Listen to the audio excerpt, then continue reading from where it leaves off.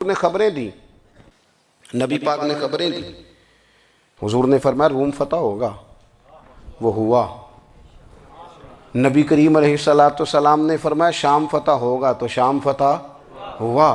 فرمایا ایران فتح ہوگا، تو ایران فتح ہوا. سراقہ بن مالک کہتے ہیں ایک گاؤں پر بھی مسلمانوں کی حکومت نہیں تھی. ایک گاؤں پر حضور مکہ مکرمہ سے نکل رہے تھے، مدینہ طیبہ تشریف لے جا رہے تھے، ابھی راستے میں تھے. میں 100 سرخ اونٹوں کے لالچ میں معاذ اللہ حضور کو گرفتار کرنے پہنچ گیا. محبوب نے حکم دیا، حضور کا معجزہ میں نے آنکھوں سے دیکھا، میرا گھوڑا زمین میں دھستا چلا گیا. میں نے معافی مانگی، حضور نے معاف کر دیا. میں نے سمجھا اچانک ہو گیا ہے. یہ منوانا بھی بڑا مشکل کام ہے. شجر و حجر پہچان گئے، انسان کی نظروں میں شاکی رہا. یہ کچھ ایسے لوگ ہیں جن کو منوانا توبہ توبہ، ماننے کو تیار نہیں، دیکھ دیکھ کے بھی ماننے کو تیار ہے نہیں، ماننے کو تیار ہی نہیں. کہتے ہیں کہ میں نے پھر چاہا آگے بڑھنا، تو پھر زمین کے اندر میرے گھوڑے کے پیر دھنسنے لگے. پھر معافی مانگی. کریم تیرے معاف کرنے کی ادا پہ بھی قربان جائیں. یہ نہیں فرمایا کہ تو بار بار یوں ہی کرتا ہے، فرمایا معافی مانگتا ہے جا، میں نے معاف کیا. کہتے ہیں 3 دفعہ میں آگے بڑھا، 3 دفعہ حضور نے معاف کیا. تو مسکرا کے فرمانے لگے تو یہاں مجھے گرفتار کرنے آیا ہے، وہ کیسر روم کا علاقہ فتح ہوگا. وہ کنگن جو پہنتا ہے نا ہاتھوں میں، بادشاہ کے کنگن معروف ہیں، وہ تیرے ہاتھوں میں آئیں گے. اللہ کرے آپ سمجھیں. یہ جو لوگ ڈری ڈری سہمی اور ہمارے بچے مایوسی کی معاذ اللہ باتیں کرتے ہیں، وہ دیکھیں حضور کس طرح کی گفتگو فرماتے ہیں. ابھی ایک گاؤں پر بھی اسلام کی حکومت نہیں، لیکن حضور کا خبر دینے کا انداز. کریم فرمانے لگے وہ کیسر روم کے جو کنگن ہوں گے وہ تیرے ہاتھوں میں آئیں گے. جناب سراقہ بن مالک فرماتے ہیں کہ میں مسلمان ہو گیا، حضور کا وصال ہو گیا، کنگن نہیں آئے. حضرت ابوبکر صدیق کا وصال ظاہری ہو گیا، کنگن نہیں آئے. جناب عمر کا دور آ گیا، سراقہ بوڑھے ہو گئے. کوئی بندہ پوچھتا نا کہ اب تو عمر ڈھل گئی ہے، زندگی کا پتہ نہیں. کہنے لگے نہیں میں نہیں جاتا، جب تک کنگن نہیں آتے اسرائیل کوئی نہیں آئیں گے. کیونکہ ساڈے نبی دی زبان ساڈے واسطے قرآن. جو دن کو کہہ دیا دن ہے تو دن نکل آیا، جو شب کو کہہ دیا شب ہے تو رات ہو کے رہی. اور خدا نے ان کی زبان کو وہ اختیار دیا، جو نکلی منہ سے ان کے وہ بات ہو کے رہی. اور فاضل بریلوی کا تو انداز ہی پھر انوکھا ہے نا. وہ تو کہتے ہیں وہ زبان جس کو سب کن کی کنجی کہیں، جس کو سب کن کی کنجی کہیں، اس کی نافذ حکومت پہ لاکھوں سلام. کہنے لگے نہیں آتے. حضرت اسرائیل فکر نہ کرو، بوڑھے ہو گئے تھے، نکلنا گھر سے بند کر دیا تھا. حضرت عمر کا دور تھا، کنگن آ گئے.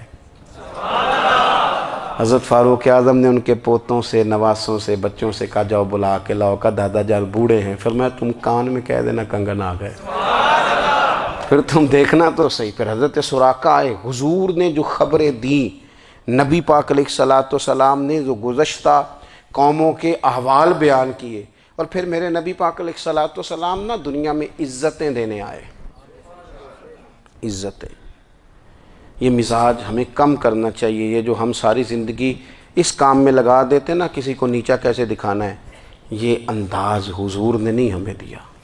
آپ دیکھو حضور تشریف لائے تو ہمیں پتہ چلا کہ حضرت یوسف جیسا سونا کوئی نہیں. حضور تشریف لائے تو ہمیں پتہ چلا کہ حضرت داؤد جیسی خوبصورت آواز کسی کی نہیں. حضور تشریف لائے تو ہمیں پتہ چلا کہ جناب عیسیٰ علیہ السلام کا فقر اختیاری کس طرح کا تھا. محبوب تشریف لائے تو ہمیں پتہ چلا کہ حضرت موسیٰ کا جلال کس طرح کا تھا. یہ تو حضور آئے تو نبی پاک علیہ السلام نے اس کی بھی عظمت بیان کی، اس کی بھی شان بیان کی. حضور نے بتایا کہ ابوبکر صدیق کی شان کیا ہے، فاروق اعظم کا مرتبہ کیا ہے، عثمان غنی کی حیا کیا ہے، مولا علی کی شجاعت کیا ہے، اہل بیت نبوت کی عظمت کیا ہے. حضور آئے عزتیں دینے. ماں کو عزت دی مدینے والے رسول نے. کہا جس کا باپ راضی ہو گیا اس کا رب راضی ہو گیا.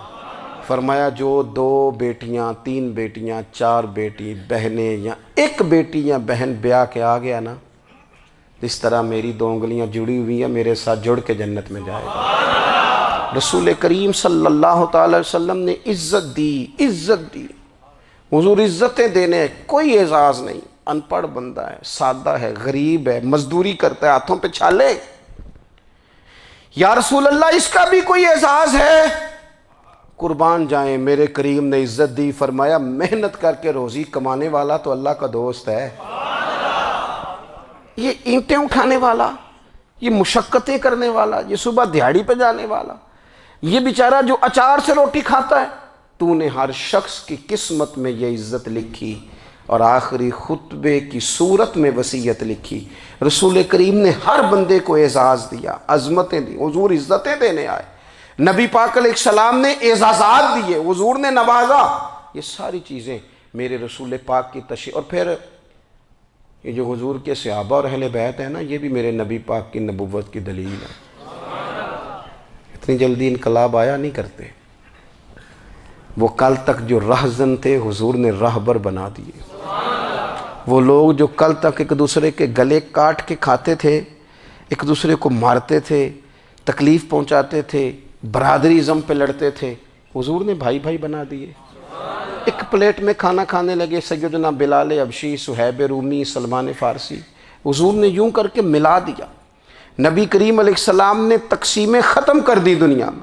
حضور کے صحابہ نے اپنا کردار اس طرح کا دکھایا، اتنا بلند کیا، اور صحابہ کرام علیہم رضوان اس کو دے کر اتنی بلندیوں پہ گئے کہ گواہیاں اللہ کا قرآن دیتا ہے.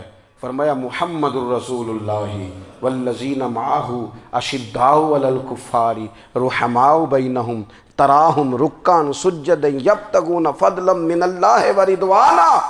فرمایا یہ جو میرے محبوب کے ساتھ والے ہیں کافروں پر سخت ہیں، آپس میں نرم دل ہیں. تم جب بھی انہیں دیکھو گے سجدے کرتے دیکھو گے، رکوع کرتے دیکھو گے، تم انہیں دیکھو گے اللہ کی رضا کے متلاشی ہیں.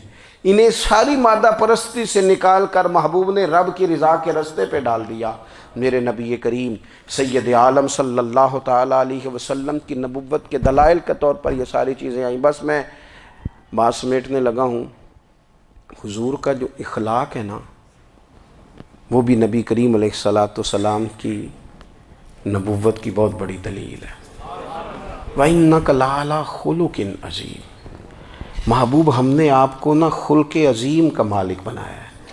کچھ لوگ سمجھتے ہیں صرف آپ کا بولنے کا انداز ٹھیک ہو تو آپ با اخلاق ہیں. نہیں بھائی، بولنے کا انداز ٹھیک ہونا با اخلاق نہیں، سچ بولنا اخلاق کی علامت ہے.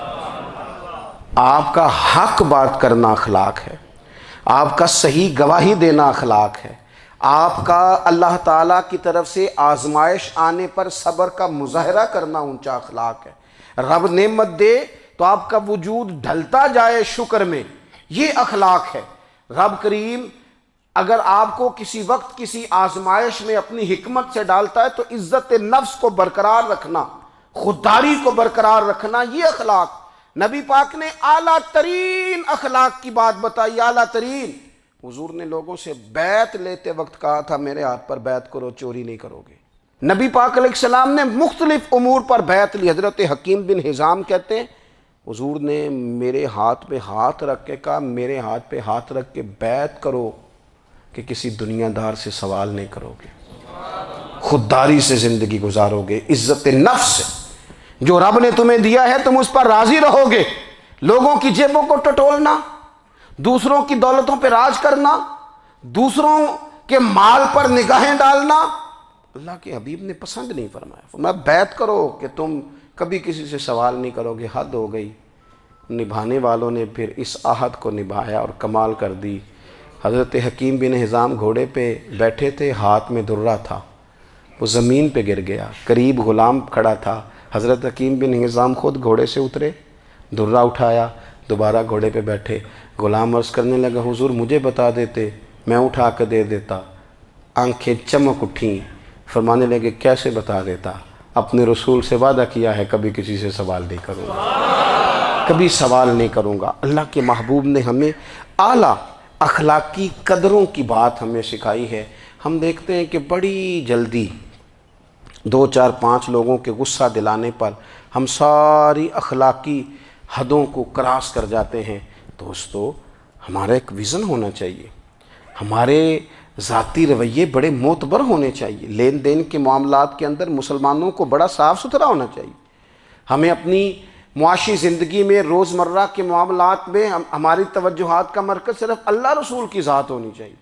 رب کریم نے اپنی حکمت سے کسی کو کتنا دیا ہے یہ اس کی حکمت کے تقاضے ہیں، ہمیں اس نے جس رنگ میں جس حال میں رکھا ہے ہمیں اپنے رب کی رضا پر بہت زیادہ مطمئن ہونا چاہیے۔ اچھا، پھر ایک اور بات، جن چیزوں کو ہم نے دکھ بنایا ہے نا، یہ تو وہاں دکھ تھا ہی نہیں۔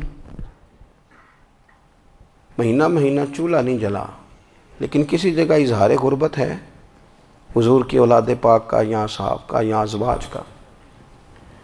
مہینہ مہینہ چولہا نہیں جلا، لیکن یہ اخلاق عالیہ کا حسن دیکھو، اپنے گھر مہینہ مہینہ چولہا نہیں جلا، جو مانگنے آیا اسے جھولی بھر کے عطا فرمایا، کوئی دروازے سے خالی نہیں گیا۔ عزیز بھائی، اگر زندگی میں اخلاقی قدریں ہم اپنا لیں اور ہم تھوڑا تھوڑا کر کے اپنے آپ کو تبدیل کریں، ساری زندگی توجہ رہی کہ فلاں کیا کر رہا ہے، فلاں کیا کر رہا ہے، تھوڑا سا گردن کو جھکا کے اپنے اوپر توجہ ڈالیں، اپنے آپ کو وقت دیں، حضور کے اخلاق عالیہ کی روشنی میں، تعلیمات حسنہ کی روشنی میں ہم اپنے کردار و عمل پر تھوڑی توجہ دیں۔ اس وقت بہت بڑی تعداد میں امت مسلمہ ہے، اور ایسا نہیں ہے کہ دولت نہیں ہے، دولت سے بھی سرشار ہیں۔ ہمارے ہاں بڑے بڑے انجینئر ہیں، بڑے بڑے ڈاکٹر ہیں، لیکچرار ہیں، ہمارے پاس بڑے بڑے ہاسپٹل ہیں، بڑا کچھ ہے، لیکن کردار و عمل کے بادشاہ، اپنی زندگی تقوی کی روشنی میں گزارنے والے، ان لوگوں کی تعداد کم ہے۔ اگر کوئی آج بھی سارے کام نیک کرے لیکن جائیداد میں سے بیٹی کا حق رکھ جائے تو پھر اس نے کیا میلاد منایا ہے؟ اگر آج بھی جو دو چار لوگ بیچارے اس کے زیر دست ہیں، ملازمین ہیں، ان کے ساتھ اس کا رویہ انتہائی سخت ہو تو اس نے کیا میلاد منایا؟ اگر آج بھی وہ برادری ازم کی بنیاد پر دوستیاں کرے اور چھوٹے بڑے کی وہ تقسیم رکھے، جسے حضور نے فرمایا کہ قبیلے تو تعارف کے لیے، ورنہ کسی عربی کو اجمی پر، گورے کو کالے پر کوئی فضیلت نہیں۔ اگر کوئی آج بھی اس برادری ازم کا قائل ہے پھر اس نے کیا میلاد منایا؟ اگر کوئی شخص آج بھی اپنے آپ کو مادہ پرستی میں پوری طرح دھکیل چکا ہے اور رضا الہی کا مسافر نہیں بنا تو اس نے کیا میلاد منایا؟ اپنی طبیعتوں میں روحانی تبدیلی اور وہ خاص افکار جو حضور اپنے غلاموں میں پیدا فرماتے ہیں، ان افکار کو پیدا کرنا، سوچوں کو بدلنا، سوچوں کو، نظریات کو بدلنا، اپنے روزمرہ کے معاملات کا جائزہ لینا کہ ہم کس طرح آگے بڑھ سکتے ہیں اور کس طرح ہم ایک بہترین امتی اور ایک بہترین مسلمان بن سکتے ہیں، اس پر توجہ دینا، یہ میلاد ہمیں سبق دیتا ہے۔ اللہ تعالیٰ مجھے اور آپ کو عمل کی توفیق عطا فرمائے۔